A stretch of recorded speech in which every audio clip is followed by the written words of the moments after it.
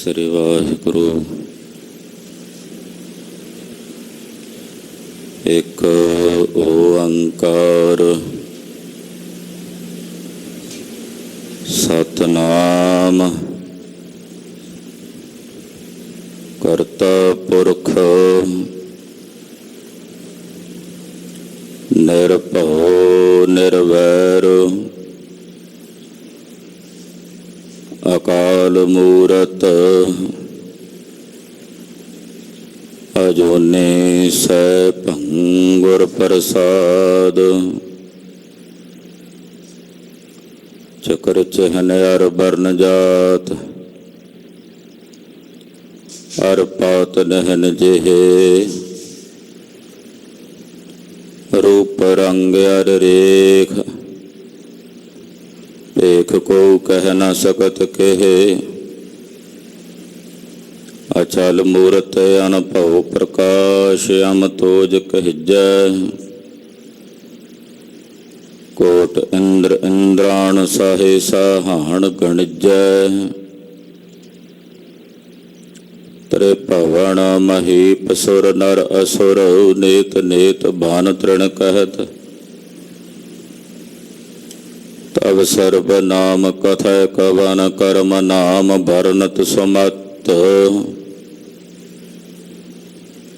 ਤਬ ਸਰਬ ਨਾਮ ਕਥੈ ਕਵਨ ਕਰਮ ਨਾਮ ਭਰਨਤ ਸੁਮਤ। ਹਮਾਰੀ ਪਿਆਰੀ ਅੰਮ੍ਰਿਤ ਧਾਰੀ ਗੁਰ ਨਿਮਖ ਨ ਮਨ ਤੇ ਟਾਰੀ ਰੇ। ਦਰਸ਼ਨ ਪਰਸਨ ਸਰਸਨ ਹਰਸਨ ਰੰਗ ਰੰਗੀ ਕਰਤਾਰੀ ਰੇ। ਖੇਨ ਰਾਮ ਗੁਰ ਕਾਮ ਹਰ ਦਮ ਨਹਿ ਜਾਮਾ। ਹਰ ਕੰਠ ਨਾਨਕ ਉਰਹਾਰੀ ਰੇ। ਬਾਣੀ ਗੁਰੂ ਗੁਰੂ ਹੈ ਬਾਣੀ ਵਿੱਚ ਬਾਣੀ ਅੰਮ੍ਰਿਤ ਸਾਰੇ। ਗੁਰਬਾਣੀ ਕਹੈ ਸੇਵਕ ਜਨ ਮਾਨੈ। ਪ੍ਰਤੱਖ ਗੁਰੂ ਨਿਸਤਾਰੇ। ਗੁਰਬਾਣੀ ਕਹੈ ਸੇਵਕ ਜਨ ਮਾਨੈ। ਪ੍ਰਤੱਖ ਗੁਰੂ ਨਿਸਤਾਰੇ। ਹਮ ਅਵਗੁਣ ਭਰੇ ਏਕ ਗੁਣ ਨਾਹੀ। ਅੰਮ੍ਰਿਤ ਛਾੜ ਬਿਖ ਬਿਖ ਖਾਈ।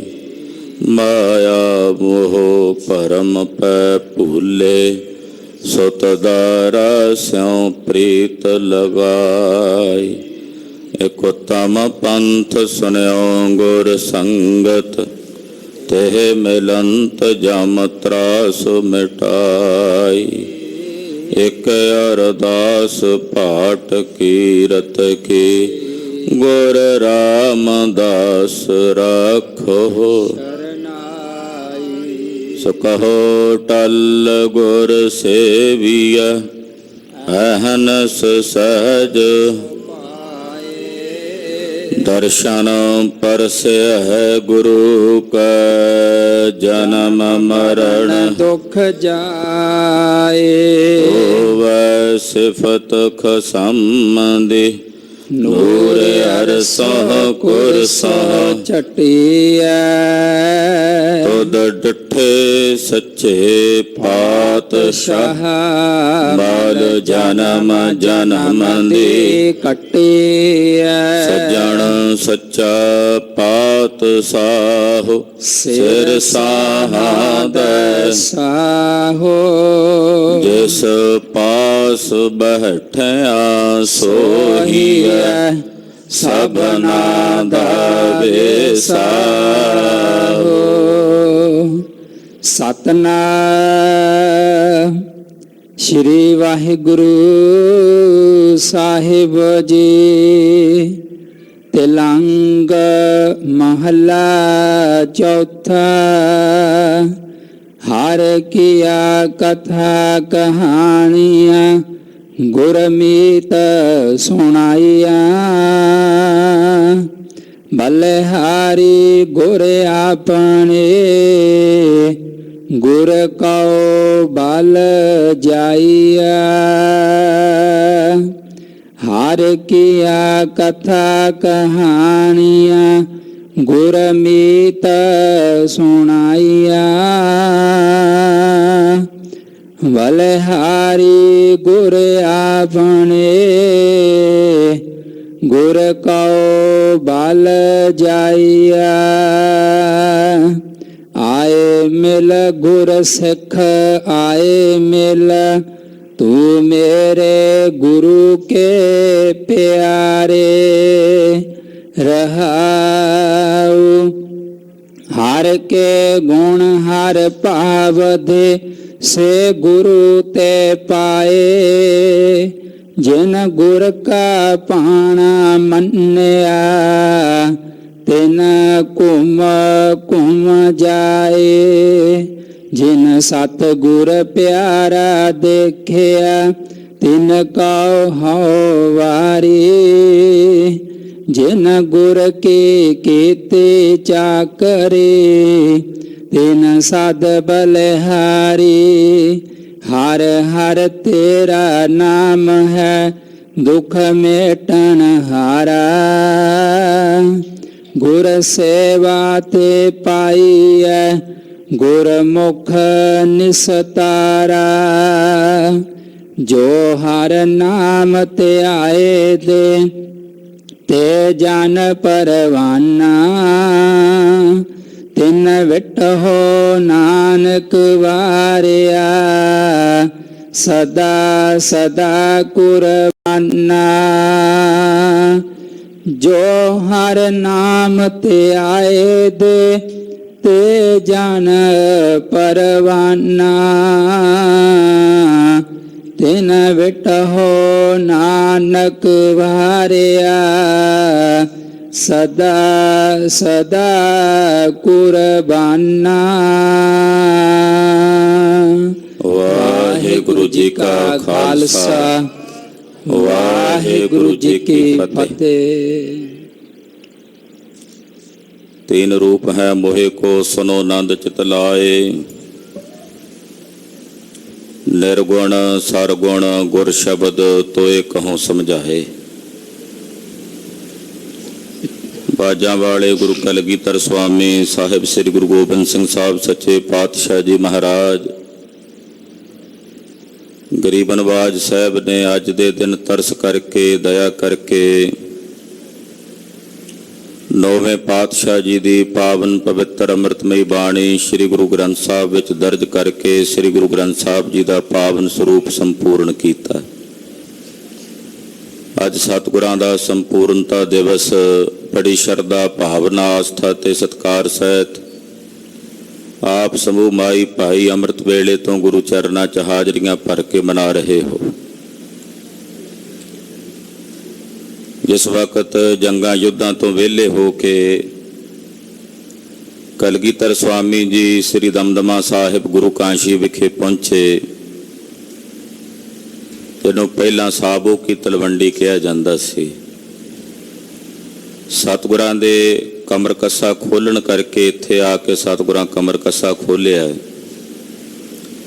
इस करके अस्थान का नाम श्री दमदमा साहिब पिया है।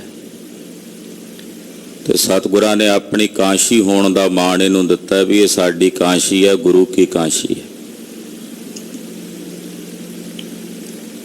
इत्थे आके सतगुरां ने वेख्या कुछ समा है, तकरीबन 9 महीने तो वध समा सतगुरु जी इत्थे रहे ने कि 9वें पातशाह जी की पावन बाणी श्री गुरु ग्रंथ साहब विच दर्ज कर दईए, तां जो श्री गुरु ग्रंथ साहब जी का स्वरूप संपूर्ण हो जाए। सतगुरां ने सुनिया भेजिया, सेवादार भेजे कि बाबे धीरमल कोल जाओ, उन्हां कोलों श्री गुरु ग्रंथ साहब जी का वो पावन स्वरूप लैके आओ जो 5वें पातशाह गुरु अर्जन देव साहब जी ने श्री अमृतसर साहब की पवित्र पावन धरती ते भाई गुरदास जी पासों लिखवाया। जदों सेवादार बाबे धीरमल होना कोल पहुंचे ਧੀਰਮਲ ਨੇ ਆਖਿਆ ਜੇ ਉਹ ਗੁਰੂ ਨਾਨਕ ਦੀ ਗੱਦੀ ਦੇ 10ਵੇਂ ਗੁਰੂ ਨੇ ਤੇ ਆਪਣੀ ਸ਼ਕਤੀ ਦੇ ਨਾਲ ਗੁਰੂ ਗ੍ਰੰਥ ਸਾਹਿਬ ਲਿਖ ਲੈਣ। ਸੇਵਾਦਾਰ ਨੇ ਆ ਕੇ ਸਤਿਗੁਰਾਂ ਨੂੰ ਦੱਸਿਆ। ਕਲਗੀਧਰ ਪਾਤਸ਼ਾਹ ਕਹਿਣ ਲੱਗੇ ਚਲੋ ਫਿਰ ਇਸੇ ਤਰ੍ਹਾਂ ਹੀ ਕਰ ਲੈਂਦੇ ਹਾਂ। ਸ਼ਹੀਦ ਭਾਈ ਮਨੀ ਸਿੰਘ ਜੀ ਜੋ ਸਤਿਗੁਰਾਂ ਦੇ ਬੜੇ ਪਿਆਰੇ ਅਨੰਨ ਸੇਵਕ ਨੇ, ਉਹਨਾਂ ਨੂੰ ਸੱਦਿਆ। ਇਹ ਸਤਿਗੁਰਾਂ ਦੇ ਲਿਖਾਰੀ ਵੀ ਰਹੇ ਨੇ। ਬਹੁਤ ਸਾਰੀਆਂ ਪੋਥੀਆਂ ਲਿਖਣ ਦੀ ਸੇਵਾ ਭਾਈ ਮਨੀ ਸਿੰਘ ਜੀ ਕਰਿਆ ਕਰਦੇ ਸਨ। ਦਮਦਮਾ ਸਾਹਿਬ ਗੁਰਦੁਆਰਾ ਲਿਖਣਸਰ ਸਾਹਿਬ ਜਿੱਥੇ ਪਾਵਨ ਸਥਾਨ ਹੈ, ਇੱਥੇ ਸਤਿਗੁਰੂ ਜੀ ਨੇ ਬਹਿ ਕੇ ਸਰੂਪ ਲਿਖਾਉਣਾ। ਆਪਣੇ ਆਤਮ ਬਲ ਦੇ ਨਾਲ ਸ੍ਰੀ ਗੁਰੂ ਗ੍ਰੰਥ ਸਾਹਿਬ ਜੀ ਦਾ ਸਾਰਾ ਸਰੂਪ ਕੰਠਾਗਰ ਰਸਨਾ ਤੋਂ ਮਹਾਰਾਜ ਜੀ ਉਚਾਰਨ ਕਰਦੇ ਭਾਈ ਮਨੀ ਸਿੰਘ ਜੀ ਲਿਖਦੇ ਸਨ। ਦੂਸਰੇ ਗੁਰੂ ਪਾਤਸ਼ਾਹ ਦੇ ਅਨੰਨ ਸੇਵਕ ਸ਼ਹੀਦ ਬਾਬਾ ਦੀਪ ਸਿੰਘ ਜੀ, ਉਹ ਨਾਲ ਸਹਾਇਕ ਵਜੋਂ ਸੇਵਾ ਕਰਦੇ, ਕਲਮਾਂ ਘੜਦੇ, ਸ਼ਾਹੀ ਬਣਾਉਂਦੇ।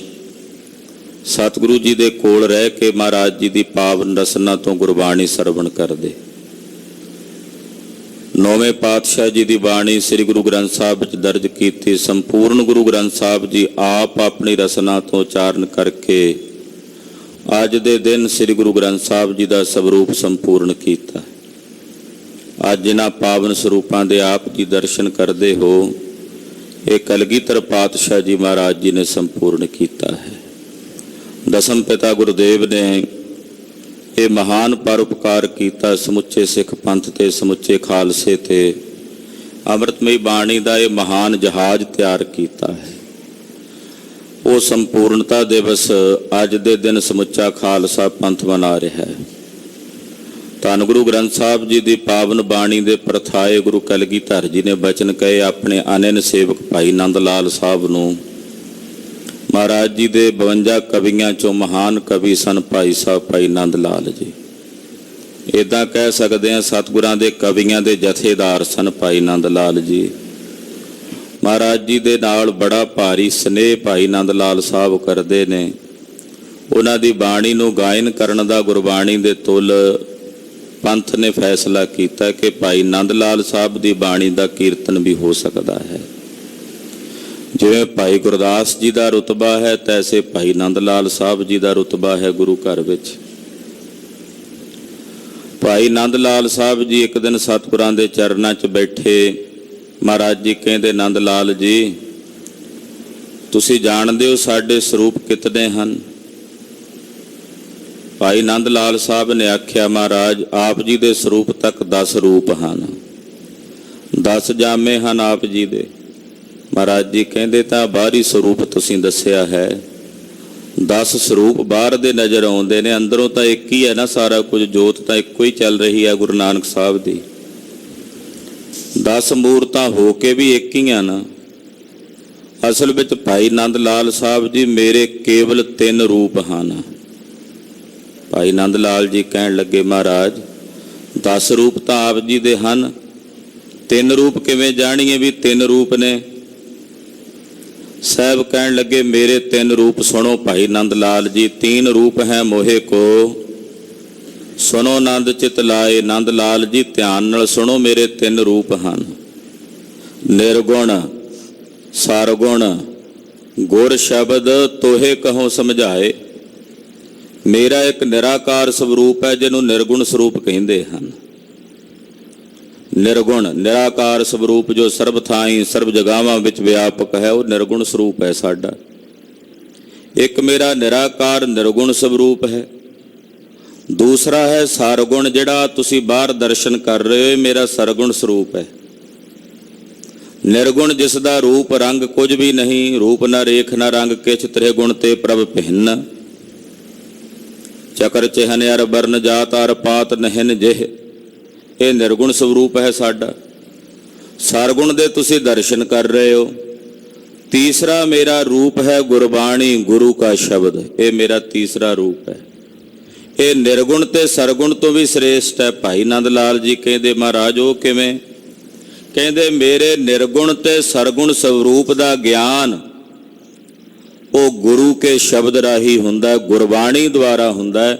ਇਸ ਕਰਕੇ ਗੁਰਬਾਣੀ ਵੀ ਸ੍ਰੀ ਗੁਰੂ ਗ੍ਰੰਥ ਸਾਹਿਬ ਜੀ ਦਾ ਜੋ ਪਾਵਨ ਸਰੂਪ ਹੈ, ਇਹ ਮੇਰਾ ਤੀਸਰਾ ਰੂਪ ਹੈ ਔਰ ਇਹਨਾਂ ਦੋਨਾਂ ਤੋਂ ਨਿਰਾਲਾ ਹੈ, ਭਾਵ ਇਹਨਾਂ ਦੋਨਾਂ ਤੋਂ ਸ੍ਰੇਸ਼ਟ ਵੀ ਹੈ। ਗੁਰ ਸ਼ਬਦ ਕਰਕੇ ਨਿਰਗੁਣ ਦਾ ਗਿਆਨ ਹੁੰਦਾ ਹੈ, ਗੁਰ ਸ਼ਬਦ ਕਰਕੇ ਹੀ ਸਰਗੁਣ ਦਾ ਗਿਆਨ ਹੁੰਦਾ ਹੈ। ਇਹ ਪਾਵਨ ਬਚਨ ਮਹਾਰਾਜ ਗੁਰੂ ਕਲਗੀਧਰ ਪਾਤਸ਼ਾਹ ਨੇ ਭਾਈ ਨੰਦ ਲਾਲ ਸਾਹਿਬ ਨੂੰ ਕਹੇ। ਫਿਰ ਸ੍ਰੀ ਹਜੂਰ ਸਾਹਿਬ ਦੀ ਪਵਿੱਤਰ ਧਰਤੀ ਤੇ ਕਲਗੀਧਰ ਨੇ ਬਚਨ ਕਹੇ, ਗੁਰੇ ਆਪਨ ਪੋ ਖਾਲਸਾ ਸੌਂਪਾ, ਦੁਤੀ ਰੂਪ ਸਤਿਗੁਰ ਸ੍ਰੀ ਗ੍ਰੰਥਾ, ਬੋਲਣ ਸਤਿਗੁਰ ਸ਼ਬਦ ਸੰਭਾਖਣ, ਨਾਮ ਗੋਬਿੰਦ ਕੀਰਤਨ ਸੰਥਾ, ਇनको ਦਰਸ ਸਤਿਗੁਰ ਕੋ ਦਰਸ਼ਨ, ਊਠਤ ਬੈਠਤ ਸੈਨ ਕਰੰਥਾ। ਕਹਿੰਦੇ ਮੈਂ ਆਪਣਾ ਆਪ ਸ੍ਰੀ ਗੁਰੂ ਗ੍ਰੰਥ ਸਾਹਿਬ ਜੀ ਨੂੰ ਸੌਂਪ ਦਿੱਤਾ ਹੈ, ਖਾਲਸੇ ਨੂੰ ਸੌਂਪ ਦਿੱਤਾ ਹੈ। ਔਰ ਸ੍ਰੀ ਗੁਰੂ ਗ੍ਰੰਥ ਸਾਹਿਬ ਮੇਰਾ ਸਵਰੂਪ ਨੇ। ਮੇਰੇ ਦਰਸ਼ਨ ਕਰਨੇ ਹੈ ਤਾਂ ਖਾਲਸੇ ਦੇ ਔਰ ਸ੍ਰੀ ਗੁਰੂ ਗ੍ਰੰਥ ਸਾਹਿਬ ਦੇ ਦਰਸ਼ਨ ਕਰੋ। ਬਚਨ ਸੁਣਨੇ ਹਨ ਤਾਂ ਸ੍ਰੀ ਗੁਰੂ ਗ੍ਰੰਥ ਸਾਹਿਬ ਜੀ ਦੀ ਬਾਣੀ ਸੁਣੋ। ਬਚਨ ਕਰਨੇ ਹਨ ਤਾਂ ਸ੍ਰੀ ਗੁਰੂ ਗ੍ਰੰਥ ਸਾਹਿਬ ਜੀ ਦੀ ਬਾਣੀ ਪੜ੍ਹੋ। ਸ੍ਰੀ ਗੁਰੂ ਗ੍ਰੰਥ ਸਾਹਿਬ ਵਿੱਚ ਔਰ ਮੇਰੇ ਵਿੱਚ ਕੋਈ ਭੇਦ ਨਹੀਂ, ਕੋਈ ਫਰਕ ਨਹੀਂ। ਇਹ ਵੱਡੀ ਵਡਿਆਈ ਸ੍ਰੀ ਗੁਰੂ ਗ੍ਰੰਥ ਸਾਹਿਬ ਸੱਚੇ ਪਾਤਸ਼ਾਹ ਜੀ ਮਹਾਰਾਜ ਜੀ ਦੀ ਹੈ, ਜੋ ਸदैवी ਤੌਰ ਤੇ ਗੁਰੂ ਖਾਲਸੇ ਪੰਥ ਦੇ ਗੁਰੂ ਹਨ, ਸਮੁੱਚੀ ਮਾਨਵਤਾ ਦੇ ਸਾਂਝੇ ਰਹਿਬਰ ਹਨ। ਕੋਈ ਆਵੇ ਸ਼ਰਨ ਵਿੱਚ ਸਤਿਗੁਰੂ ਜੀ ਸਾਰਿਆਂ ਨੂੰ ਆਪਣੇ ਕਲਾਵੇਂ 'ਚ ਲੈਂਦੇ ਐ। ਹਿੰਦੂ ਆਵੇ, ਮੁਸਲਮਾਨ ਆਵੇ, ਈਸਾਈ ਆਵੇ, ਯਹੂਦੀ ਆਵੇ, ਪਾਰਸੀ ਆਵੇ, ਬੋਧੀ ਆਵੇ, ਸਭ ਨੂੰ ਆਪਣੇ ਕਲਾਵੇਂ 'ਚ ਲੈ ਕੇ ਧੰਨ ਗੁਰੂ ਗ੍ਰੰਥ ਸਾਹਿਬ ਸੱਚੇ ਪਾਤਸ਼ਾਹ ਆਪਣੀ ਪਵਿੱਤਰ ਅੰਮ੍ਰਿਤਮਈ ਬਾਣੀ ਦਾ ਉਪਦੇਸ਼ ਦੇ ਕੇ ਸਭ ਦੇ ਤਪਦੇ ਬਲਦੇ ਸੜਦੇ ਹਿਰਦਿਆਂ ਨੂੰ ਸ਼ਾਂਤ ਤੇ ਠੰਡਾ ਕਰਦੇ ਹਨ। ਐਸੇ ਦੀਨ ਦਿਆਲ ਸਤਿਗੁਰੂ ਸ੍ਰੀ ਗੁਰੂ ਗ੍ਰੰਥ ਸਾਹਿਬ ਜੀ ਦੀ ਉਪਮਾ ਵਿੱਚ ਕਵੀ ਕੁਲ ਭੂਖਣ ਪੰਡਤ ਨਿਹਾਲ ਸਿੰਘ ਜੀ ਬੜਾ ਸੁੰਦਰ ਲਿਖਦੇ ਨੇ। ਉਹ ਕਹਿੰਦੇ, ਤੌਲੋ ਹੀ ਇਹ ਧੀਰਜ ਪਮਾਨ ਕੇ ਬਸੇਰੋ ਕੀਨ, ਜੌਲੋ ਮ੍ਰਿਗ ਨੈਣੀ ਨਾ ਕਟਾਛ ਬਾਨ ਮਾਰਿਓ ਹੈ, ਤੌਲੋ ਤਮ ਤੋਮ ਹੈ ਕਨੇਰੋ ਨੀਚ ਜਗ ਬਿਖੈ, ਜੌਲੋ ਮਾਰ ਤੰਡ ਨਾ ਪ੍ਰਕਾਸ਼ ਕੋ ਬਿਥਾਰਿਓ ਹੈ, ਤੌਲੋ ਦੀਨ ਦਾਰਦ ਸੋ ਦੀਨਤਾ ਦਿਖਾਈ ਦੇਤ, ਜੌਲੋ ਦੇਵ ਤਰ ਕੇ ਸਮੀਪ ਨਾ ਪਧਾਰਿਓ ਹੈ, ਤੌਲੋ ਹੀ ਇਹ ਪੀਨ ਪਾਪਨ ਕੇ ਝੁੰਡਨ ਕੇ ਝੁੰਡ ਗਾਜੈ, ਜੌਲੋ ਗੁਰੂ ਗ੍ਰੰਥ ਮਹਾਰਾਜ ਦਾ ਨਿਹਾਰਿਓ ਹੈ।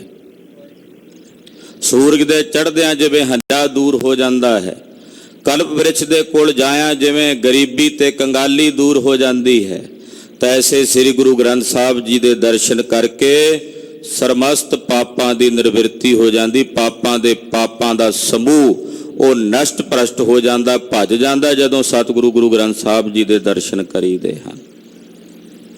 ਦਰਸ ਪਰਸ ਕੀਨੋ ਗੁਰੂ ਗ੍ਰੰਥ ਮਹਾਰਾਜ ਜੂ ਕੇ ਪਾਪ ਜਨਮਾਂਤਰ ਕੇ ਪੁਨ ਰੂਪ ਧਾਰ ਤੇ ਸ੍ਰੀ ਗੁਰੂ ਗ੍ਰੰਥ ਸਾਹਿਬ ਜੀ ਦੇ ਦਰਸ਼ਨ ਕੀਤਿਆਂ ਜਨਮ ਜਨਮਾਂਤਰਾਂ ਦੇ ਕੀਤੇ ਹੋਏ ਪਾਪ ਪੁੰਨਾਂ ਵਿੱਚ ਤਬਦੀਲ ਹੋ ਜਾਂਦੇ ਹਨ। ਐਸੀ ਅੰਮ੍ਰਿਤਮਈ ਬਾਣੀ ਜੋ ਧੁਰ ਤੋਂ ਆਈ ਹੈ, ਸੱਚਖੰਡ ਤੋਂ ਆਈ ਹੈ, ਜੋ ਸਮਸਤ ਜੀਵਾਂ ਦੇ ਹਿਰਦਿਆਂ ਦੀਆਂ ਚਿੰਤਾਵਾਂ ਨੂੰ ਹਰਨ ਵਾਲੀ ਹੈ, ਜਿਨ੍ਹਾਂ ਦੇ ਤਨਾਂ 'ਚੋਂ ਇਹ ਬਾਣੀ ਵਿਸਰ ਜਾਂਦੀ ਹੈ, ਜਗਤ ਗੁਰੂ ਗੁਰੂ ਬਾਬਾ ਜੀ ਧੰਨ ਗੁਰੂ ਨਾਨਕ ਸਾਹਿਬ ਕਹਿੰਦੇ ਆ, ਉਹ ਪੱਕੇ ਰੋਗੀ ਵਾਂਗੂ ਵਿਰਲਾਪ ਕਰਦੇ ਹਨ। ਜੈ ਤਨ ਬਾਣੀ ਵਿਸਰ ਜਾਏ, ਜਿਉਂ ਪੱਕਾ ਰੋਗੀ ਵਿਲ ਲਾਏ। ਜਿਵੇਂ ਕੋਈ ਪੱਕਾ ਕੋੜੀ ਰੋਗੀ ਵਿਰਲਾਪ ਕਰਦਾ ਹੈ, ਇਦਾਂ ਉਹ ਲੋਕ ਵਿਰਲਾਪ ਕਰਦੇ ਆ ਜਿਨ੍ਹਾਂ ਦੇ ਹਿਰਦਿਆਂ 'ਚੋਂ ਤੁਰਕੀ ਬਾਣੀ ਅਕਾਲੀ ਬਾਣੀ ਵਿਸਰ ਜਾਂਦੀ ਹੈ। ਇਹ ਐਸੀ ਅੰਮ੍ਰਿਤਮਈ ਬਾਣੀ ਜਿਸ ਦੀ ਸੋਭਾ ਕਥਨ ਤੋਂ ਪਰੇ ਹੈ। ਜਿਹੜਾ ਪੜ੍ਹੇਗਾ ਸੁਣੇਗਾ ਉਹੀ ਇਸ ਪਵਿੱਤਰ ਅੰਮ੍ਰਿਤਮਈ ਬਾਣੀ ਦੇ ਅੰਦਰਲੇ ਭੇਦ ਨੂੰ, ਰਹੱਸ ਨੂੰ ਸਮਝੇਗਾ, ਜਾਣੇਗਾ।